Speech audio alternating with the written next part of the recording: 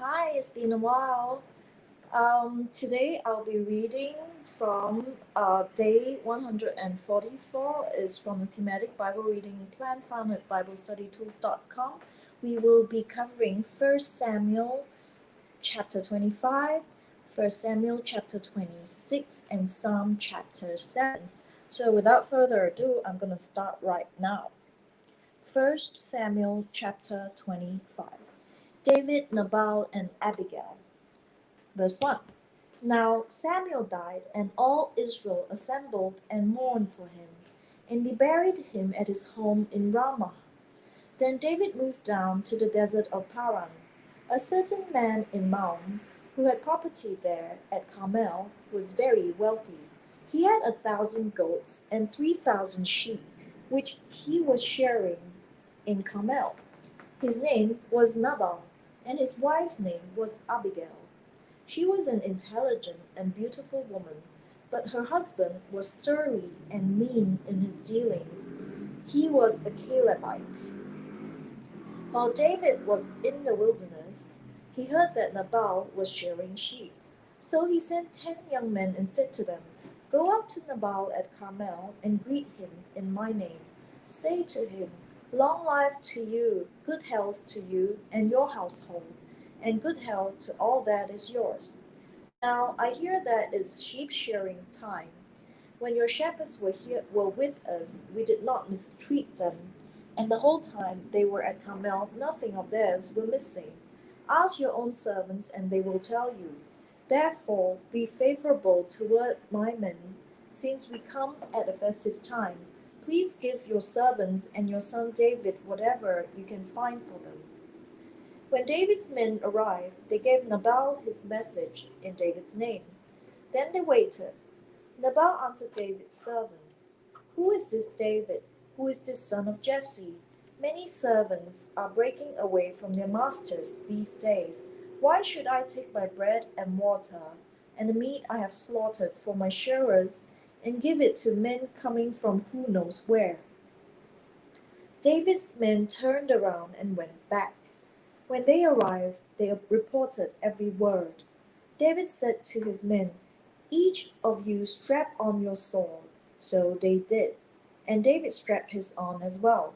About 400 men went up with David, while 200 stayed with the supplies. One of the servants told Abigail, Nabal's wife, David sent messengers from the wilderness to give our master his greetings, but he hurled insults at them. Yet these men were very good to us. They did not mistreat us, and the whole time we were out in the fields near them, nothing was missing. Night and day, they were a wall around us the whole time. They were herding our sheep near them. Now think it over and see what you can do, because disaster is hanging over our master and his whole household. He is such a wicked man that no one can talk to him. Abigail acted quickly.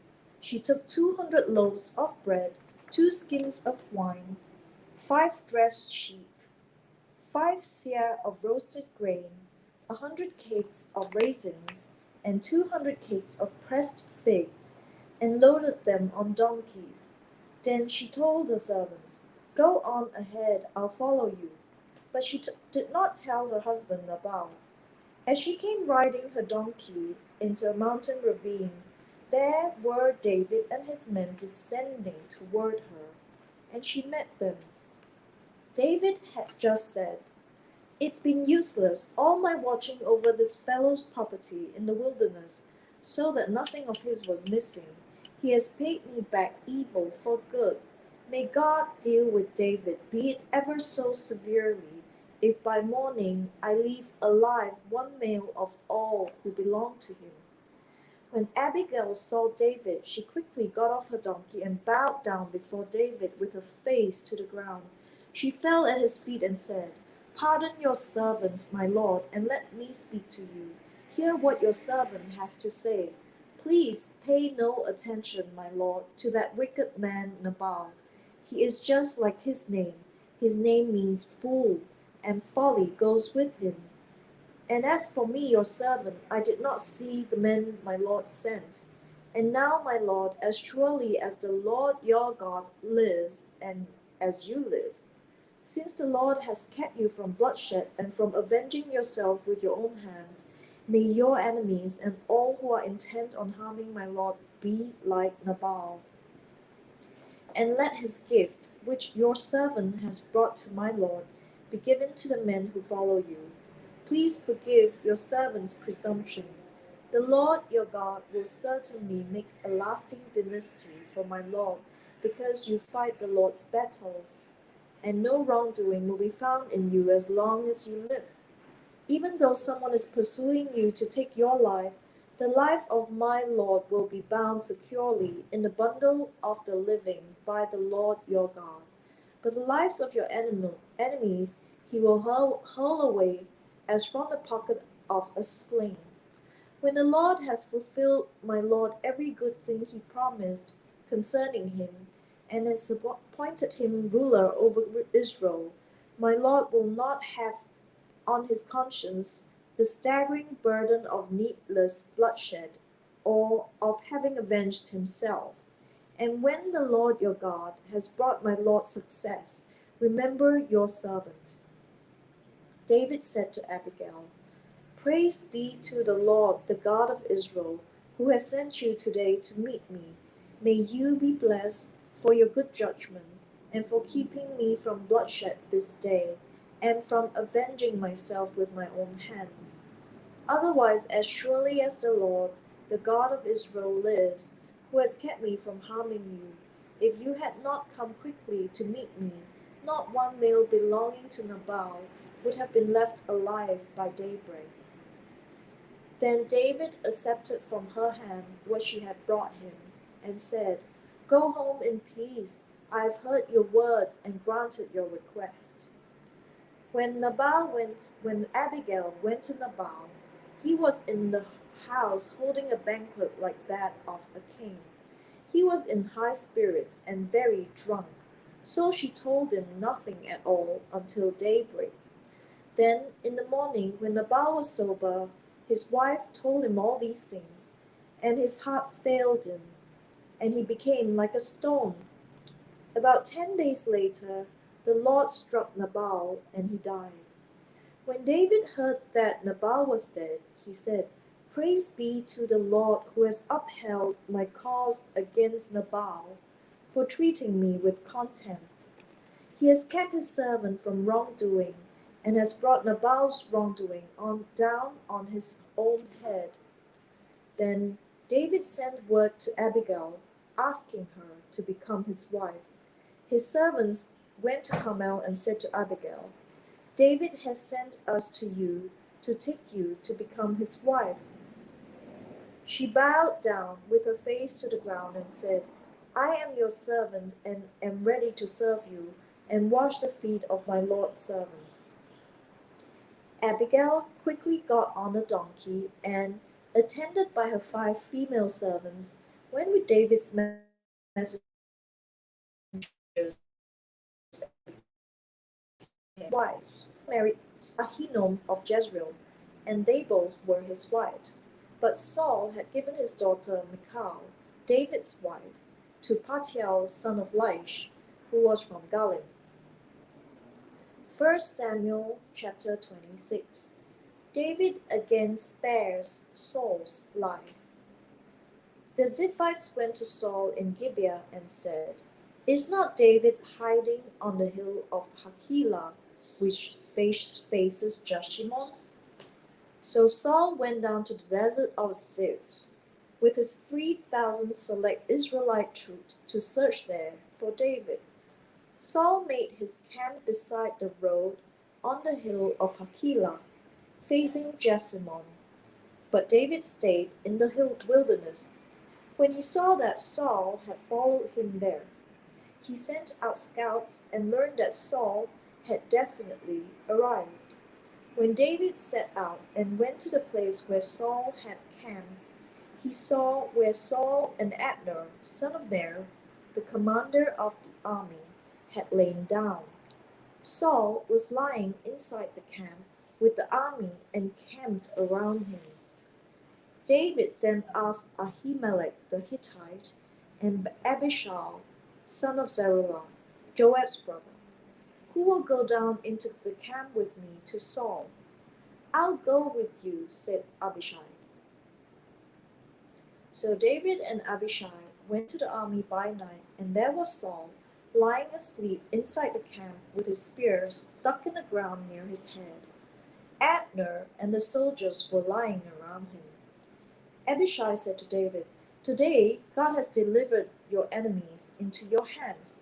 Now let me pin him to the ground with one thrust of the spear, and I won't strike him twice."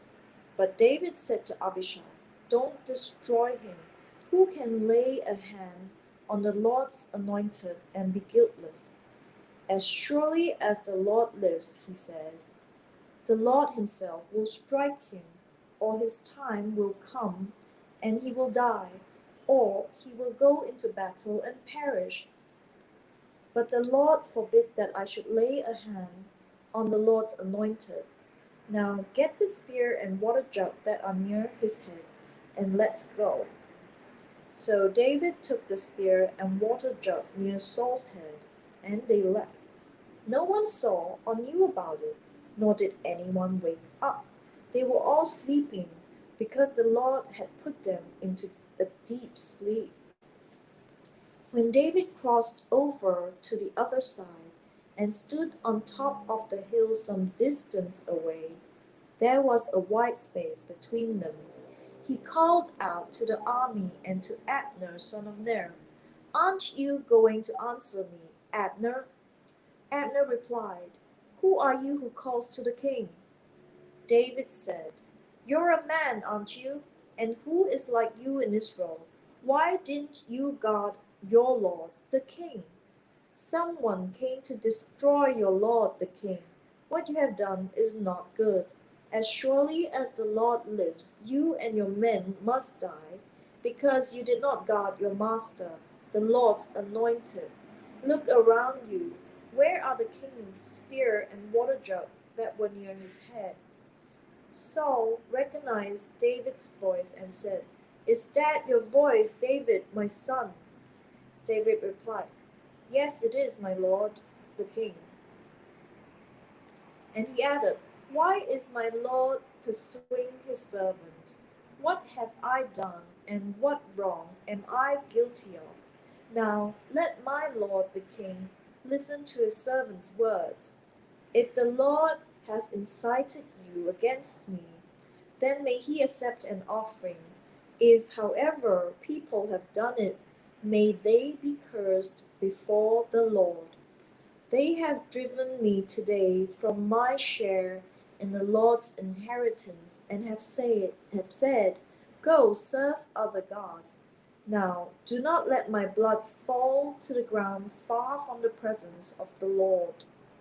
The king of Israel has come out to look for a flea, as one hunts a partridge in the mountains." Then Saul said, "I have sinned. Come back, David my son, because you considered my life precious today. I will not try to harm you again. Surely I have acted like a fool and have been terribly wrong." "Here is the king's spear," David answered. "Let one of your young men come over and get it. The Lord rewards everyone for their righteousness and faithfulness. The Lord delivered you into my hands today, but I would not lay a hand on the Lord's anointed. As surely as I value your life today, so may the Lord value my life and deliver me from all trouble." Then Saul said to David, "May you be blessed, David my son. You will do great things and surely triumph." So David went on his way, and Saul returned home. Psalm chapter 7. A Shiggaion of David, which he sang to the Lord concerning Cush, a Benjamite. Lord my God, I take refuge in you. Save and deliver me from all who pursue me, or they will tear me apart like a lion and rip me to pieces with no one to rescue me. Lord my God, if I have done this and there is guilt on my hands, if I have repaid my ally with evil, or without cause have robbed my foe, then let my enemy pursue and overtake me. Let him trample my life to the ground and make me sleep in the dust. Arise, Lord, in your anger. Rise up against the rage of my enemies. Awake, my God, decree justice. Let the assembled people gather around you, while you sit enthroned over them on high. Let the Lord judge the people.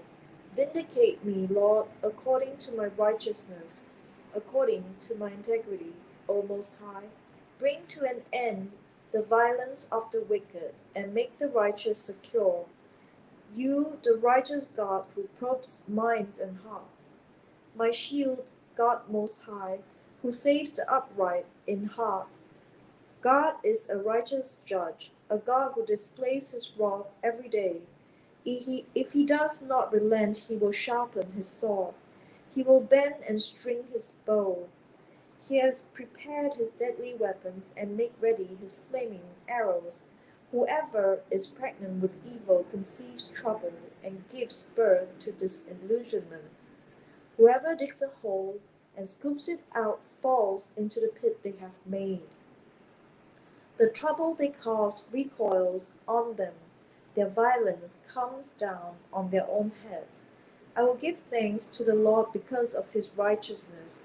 I will sing the praises of the name of the Lord Most High.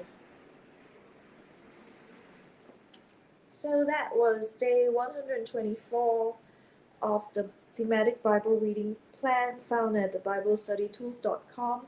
Today I just read 1 Samuel chapter 25, chapter 26, and Psalm chapter 7. So I'll see you on day 145.